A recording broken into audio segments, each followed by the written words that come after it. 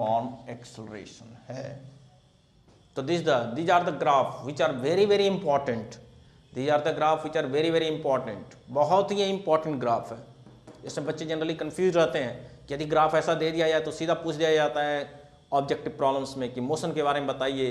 तो एक तो एक्सेलरेशन कांस्टेंट है, बिल्कुल सही है, बट पहले यूनिफॉर्म रिटार्डेशन है, फिर इसके बाद यूनिफॉर्म एक्सेलरेशन है। पहले यूनिफॉर्म रिटार्डेशन है, फिर यूनिफॉर्म एक्सेलरेशन है। पहले यूनिफॉर्म रिटार्डेशन है, फिर यूनिफॉर्म एक्सेलरेशन है। पहले यूनिफॉर्म रिटार्डेशन है, फिर यूनिफॉर्म एक्सेलरेशन है। रिटार्डेशन का मतलब क्या होता है?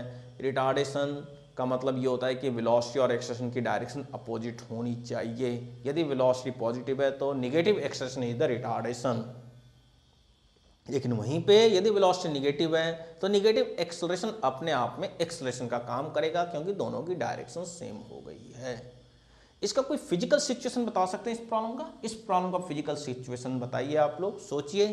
इस पार्टिकल का फिजिकल सिचुएशन ये है कि यदि एक पार्टिकल को ग्राउंड से अपवर्ड फेंका जाए, तो अपवर्ड फेंका गया तो धीरे धीरे धीरे धीरे इसकी वेलोसिटी कम हुई, अब फिर नीचे के मोशन में इसकी इंक्रीज कर रही है। तो ये एक फिजिकल सिचुएशन है।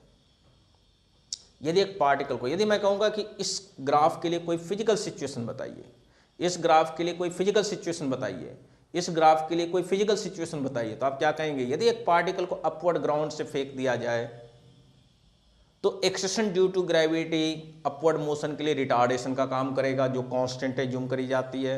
फिर जब मोशन डाउनवर्ड होगा तो वहां पे एक्सेलरेशन का काम करेगा। तो ये एक फिजिकल सिचुएशन है, जब पार्टिकल को अपवर्ड फेंका जाए ग्राउंड से, तो उसके लिए वेलोसिटी टाइम ग्राफ हम लोग लेंगे। राइट बच्चों? तो इस तरह से हमने बात करी है अभी कि dy/dx का फिजिकल मीनिंग के ऊपर। अब नेक्स्ट हम लोग जो बात करने जा रहे हैं, फिर से अभी तक तुमने बात कर रहे थे कि भाई कि वेलोसिटी टाइम ग्राफ से एक्सेलरेशन कैसे निकलेगा। अब हम लोग ये बात करेंगे कि वेलोसिटी यदि हमें निकालना हो तो किसी ग्राफ की जरूरत पड़ेगी, इसी कॉन्सेप्ट को यूज करके। तो पोजीशन टाइम ग्राफ यदि मैं दे रखा हूं, ये मैं हटा देता हूं, लिख लिया होगा। यदि पोजीशन टाइम ग्राफ दे रखा हो आप लोगों को, यदि पोजीशन टाइम ग्राफ आप लोगों को दे रखा हो, यदि पोजीशन टाइम ग्राफ दे रखा हो, तो उस सिचुएशन में हम लोग वेलोसिटी, इंस्टेंट वेलोसिटी कैसे निकालेंगे? तो इंस्टेंट वेलोसिटी का डेफिनेशन होता है dx/dt।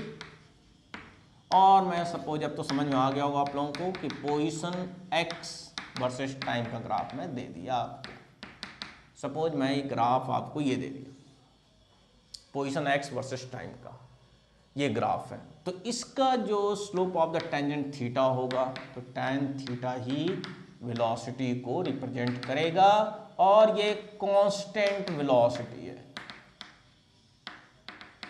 ये कांस्टेंट वेलोसिटी है। tan theta equal to velocity, और ये कांस्टेंट वेलोसिटी को रिप्रेजेंट करेगा। मेरे ख्याल समझ में आप लोगों को बिल्कुल आ गया होगा। फिर वैसे ही बात है, पोजीशन y एक्सिस पे, टाइम x एक्सिस पे, तो dx/dt वही बात करेगा dy/dx की तरह। कैसे निकलेगा? ये जो आपको पोजीशन टाइम ग्राफ दे रखी है, इस पोजीशन टाइम ग्राफ के किसी भी पॉइंट पे, यहाँ पे आप यदि टेंजेंट ड्रॉ करते हैं तो ये लाइन ही अपने आप इस पॉइंट पे टेंजेंट है, ये वाले पॉइंट पे भी ये लाइन ही अपने आप पे टेंजेंट है। अब इस टेंजेंट का एंगल थीटा मेजर करेंगे टाइम एक्सिस के साथ एंटी क्लॉकवाइज सेंस में, और tan थीटा की वैल्यू वेलोसिटी आ गई, और ये कांस्टेंट वेलोसिटी होगी। इसी तरह से देखिए, यदि मैं पोजीशन टाइम ग्राफ बनाऊं ऐसा, अब बताइए आप लोग, तो कहेंगे वेलोसिटी जीरो है, पार्टिकल एक्चुअली रेस्ट में है, particle is at rest, velocity is zero. देख सकते हैं आप लोग, पार्टिकल रेस्ट में है, वेलोसिटी इज जीरो। अब मैं सपोज पोजीशन वर्सेस टाइम का ग्राफ ऐसा बनाता हूँ, पोजीशन x, बार बार लिखने की जरूरत नहीं, x वर्सेस t का ग्राफ मैं सपोज ऐसा बना दिया। अब बताइए, तो ये बोलेंगे यहाँ पे ये सपोज थीटा है, यही tan थीटा जो है, जिसकी वैल्यू ऑब्वियस बात है निगेटिव होगी, यही वेलोसिटी को रिप्रेजेंट करेगा। समझिए बात को, समझिए बात को, समझिए बात को। और ये भी कांस्टेंट वेलोसिटी ही होगी। लिख लिया होगा अब तक आप लोगों ने, तो आप लोगों को बिल्कुल समझ में आना चाहिए। अब तो इतना कंफर्टेबल तरीके से आप लोगों को बताया गया है कि आप लोग खुद सोच सकते हैं कि वेलोसिटी इक्वल टू dx/dt है, तो how can you calculate the velocity on the graph, तो ग्राफ की किसकी जरूरत है, तो पोजीशन वर्सेस टाइम की जरूरत है। अब पोजीशन वर्सेस टाइम के ग्राफ में जो स्लोप ऑफ द टेंजेंट है वही वेलोसिटी रिप्रेजेंट करेगा। और ये देख सकते हैं यहाँ पे कांस्टेंट वेलोसिटी, इस केस में पार्टिकल रेस्ट में है क्योंकि पोजीशन देखिए हमेशा कांस्टेंट है। जैसे अभी आप क्लास में बैठे हुए हैं तो आप लोगों का यदि मैं पोजीशन टाइम ग्राफ बनाऊं तो यही आएगा। पिछले कुछ टाइम से आपकी पोजीशन कांस्टेंट है तो आपकी ग्राफ यही आएगी, पोजीशन टाइम ग्राफ। आपके लिए ग्राफ है, आपके किसी बच्चे के लिए पोजीशन टाइम ग्राफ है। पोजीशन टाइम ग्राफ किसी बच्चे के लिए है क्योंकि आपकी पोजीशन टाइम के साथ कांस्टेंट है, मतलब आपकी वेलोसिटी 0 है। राइट बच्चों, तो इस तरह से हमने यहाँ पे इस चीज़ को भी समझ लिया। देख लीजिए आप लोग पूरी चीज़ों को देखिए आप लोग। तो velocity equal to dx by dt graphically कैसे निकालेंगे इसके ऊपर बात हुई है। और ये तीनों ग्राफ हमने एक तरह से कांस्टेंट वेलोसिटी के ऊपर बात करी है। वेलोसिटी वेरिएबल भी होती है और हो सकती है, ऐसा कुछ भी नहीं है। तो पोजीशन टाइम ग्राफ आपने देखा। रेडी बच्चों, अब मैं इसको हटा देता हूँ, इस चीज़ को हटा देता हूँ। आप लोगों ने नोट डाउन कर लिया होगा। अब मैं इस चीज़ को हटा रहा हूँ। अब मैं यहाँ पे एक और ग्राफ बताता हूँ, मैं आपको दिखाता हूँ मैं आप लोगों को पोजीशन वर्सेस टाइम का। सपोज पोजीशन वर्सेस टाइम का मैं एक ग्राफ ये ले लिया, इस तरह का ले सकता हूँ, कोई दिक्कत की बात नहीं, मैं ऐसा ले लिया। अब बताइए क्या ये वेरिएबल वेलोसिटी को रिप्रेजेंट करेगा या कांस्टेंट वेलोसिटी को? तो बिल्कुल आप लोगों में दिमाग में आ गई होगी कि वेरिएबल वेलोसिटी होगी। देखिए अब आप लोग यहाँ पे एक मैं टेंजेंट ड्रॉ करता हूँ, तो what is the velocity at this point 0। यहाँ पे मैं टेंजेंट ड्रॉ करता हूँ तो यहाँ पे थीटा, तो इस जगह पे वेलोसिटी tan थीटा, तो डेफिनेटली वेलोसिटी चेंज कर रही है। और ये वेरिएबल वेलोसिटी का ग्राफ है, जिसका मतलब हो गया कि एक्सेलरेशन 0 के इक्वल नहीं होगा, एक्सेलरेशन 0 के इक्वल नहीं होगा।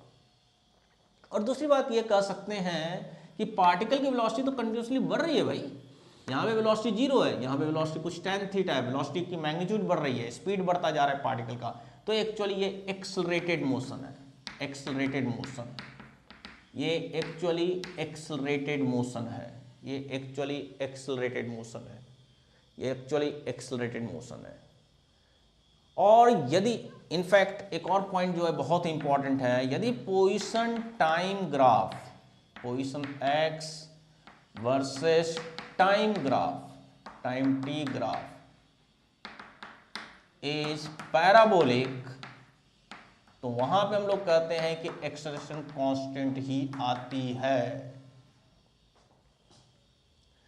इफ पोजीशन x, कोई जरूरी नहीं कि हमेशा ग्राफ पोजीशन वर्सेस टाइम का पैराबोला ही हो, बट यदि पोजीशन वर्सेस टाइम का ग्राफ कहीं पे पैराबोलिक हुई तो आप डेफिनेटली एक्सेलरेशन को कांस्टेंट लेंगे वहां पे।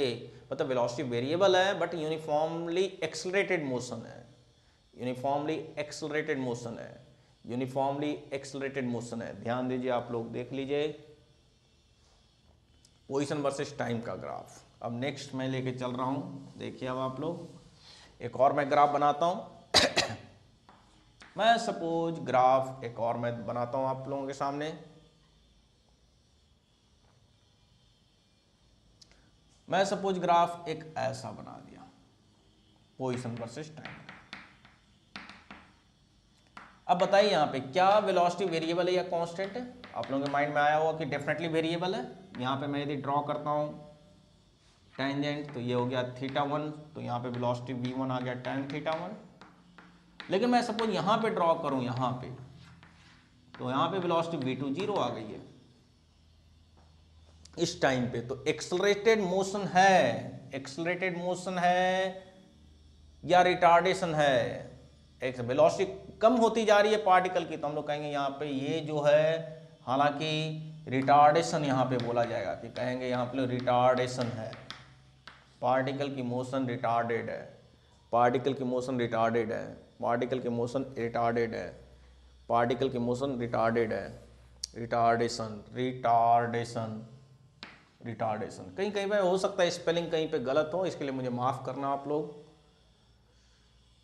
हो सकता है कि कहीं पे रिटार्डेशन को मैं जैसा भी लिख दिया RETAN, तो हो सकता है कि ड्यूरिंग द लेक्चर कहीं कहीं पे स्पेलिंग मिस्टेक्स हो सकती है, कहीं पे हो सकता है कुछ कैलकुलेशन की मिस्टेक हो जाए।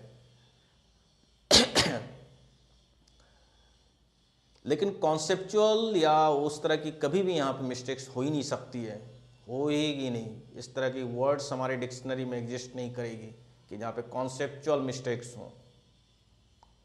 बट कहीं पे स्पेलिंग को लिखते हुए मिस्टेक्स हो सकती हैं, तो उस चीज़ को आप ठीक करना चाहें तो खुद ही कर सकते हैं, लेकिन मैं भी देखता रहता हूँ, ध्यान में रखता हूँ कि ऐसा ना हो। तो रिटार्डेशन, पोजीशन वर्सेस टाइम के ग्राफ में यहाँ पे रिटार्डेशन है, पोजीशन वर्सेस टाइम का ग्राफ ये जो दिखाई गई है वो रिटार्डेशन की है। ये जो ग्राफ पोजीशन वर्सेस टाइम की है, क्यों रिटार्डेशन है बता सकते हैं आप लोग? इस पॉइंट पे कुछ वेलोसिटी है और ये पे वेलोसिटी जीरो हो गई है, डिक्रीजिंग वेलोसिटी, तो यहाँ पे मोशन बेसिकली रिटार्डेशन है।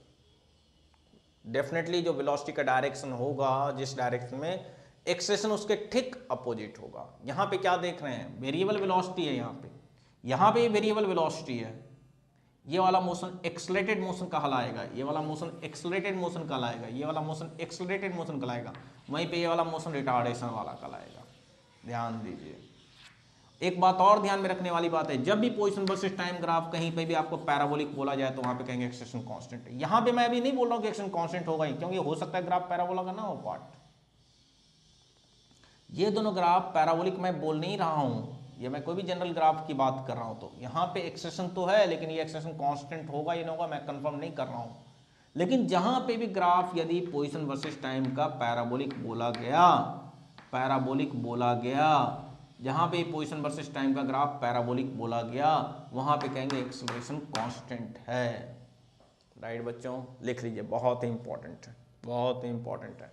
तो इस तरह से हमने अब तक दो चीज़ों को ग्राफिकली कैलकुलेट करना सीख लिया है, वेलोसिटी को, एक्सेलरेशन को, instant velocity, instant acceleration, average velocity and average acceleration. अब हम लोग नेक्स्ट कॉन्सेप्ट पे जा रहे हैं, जिसकी यूज काफ़ी ज़्यादा उसकी भी होगी।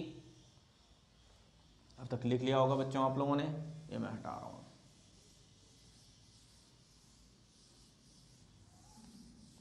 अब हम लोग जो नेक्स्ट पॉइंट पे थर्ड कॉन्सेप्ट के ऊपर डिस्कस करेंगे, जो बहुत ही इंपॉर्टेंट है, उसका भी हम लोग ग्राफ में यूज करते हैं। अब पॉइंट आता है कि वही कि हमने यहाँ पे एवरेज वेलोसिटी भी निकाल ली, एवरेज एक्सेलरेशन भी निकाल लिया, इंस्टेंट वेलोसिटी भी निकाल लिया, इंस्टेंट एक्सेलरेशन भी निकाल लिया, लेकिन डिस्प्लेसमेंट कैसे निकालेंगे हम लोग? ये भी सोचने वाली बात है कि डिस्प्लेसमेंट यदि ग्राफ पे दे रखा हो, सपोज वेलोसिटी टाइम ग्राफ दे रखा हो, तो डिस्प्लेसमेंट निकालने की जरूरत पड़ी तो कैसे निकालेंगे, डिस्टेंस कैसे निकालेंगे?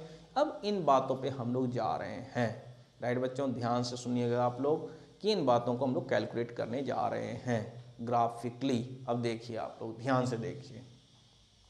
सबसे पहले मैं डेफिनेशन लिख देता हूँ v equal to d x by d t का, फिर इसका लिखूंगा d x equal to v d t और इंटीग्रेट कर दिया, तो ये आ गया डेल्टा एक्स t1 से t2 और ये x1 से x2। अब तक आप लोगों को आ गया होगा। It will represent the displacement, displacement हो गई वी डी टी t1 से t2।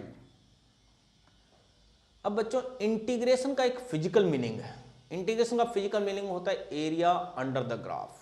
दैट मीन्स यदि कहीं पे y dx दे रखा हो, ध्यान से देखिएगा आप लोग, x1 से x2, तो यदि y वर्सेस x का ग्राफ दे रखा हो, सपोज कुछ ग्राफ ऐसा दे रखा है, तो x1 और x2 के बीच में जो ये एरिया है यही रिप्रेजेंट करेगा ये शेडेड पार्ट, y dx की वैल्यू x1 से लेकर x2 तक। बहुत ही इंपॉर्टेंट, बहुत ही इंपॉर्टेंट, ध्यान दीजिए, बहुत ही इंपॉर्टेंट।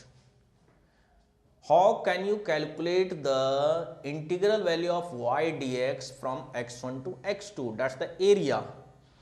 ये भी आप लोगों को इंटीग्रल कैलकुलस में मैं पूरे डिटेल में बताऊंगा कि आखिर ये कैसे आता है। क्लास 12th की मैथमेटिक्स के अंदर जो IIT का बहुत ही इंपॉर्टेंट पार्ट है, वहां पे मैं डिटेल में बताऊंगी एरिया इक्वल टू